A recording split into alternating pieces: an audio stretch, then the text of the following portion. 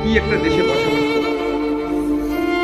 আমার দুঃখ লাগে, আমি আবারও বলছি, আমার ইউনিভার্সিটি লাইফে সবচেয়ে ঘনিষ্ঠ বন্ধু, সে একটা বড় সরকারি কর্মকর্তা হওয়ার পর সে আমার সবচেয়ে ঘনিষ্ঠ বন্ধু। সে আমার বন্ধু, আমি এত ফোন করবো না, তুই করিস না। তার মেয়ের বিয়েতে, যে মেয়েকে আমি ছোটবেলা তুলে নিয়েছি, তার মেয়ের বিয়েতে আমাকে দাওয়াত দিল না, দাওয়াত দিল আমাদের ক্লাসমেট এক ছাত্রলীগের লিডারকে, যার সাথে আর কোনো রকম ফ্রেন্ডশিপ ছিল।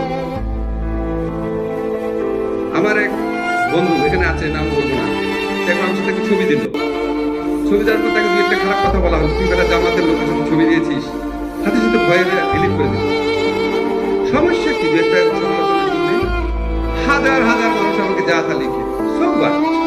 আমি যদি জানি আমি সত্য পথে আছি, সমস্যা কি?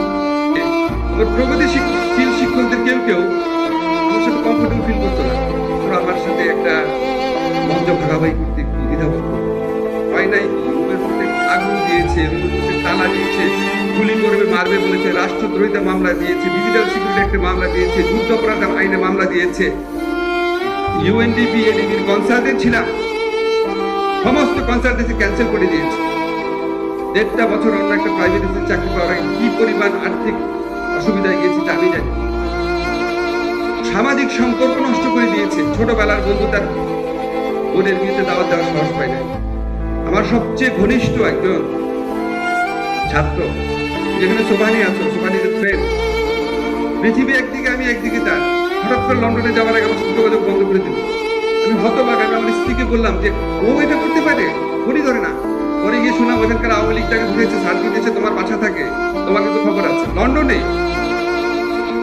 সমস্ত সামাজিক সম্পর্ক শেষ করে দিয়েছে। এত নিষ্ঠুর, নারকীয়। আমি জানি না যে আমরা কি পাপ করেছিলাম, আমরা শেখ হাসিনার মতো একটা শাসন পেয়েছিলাম।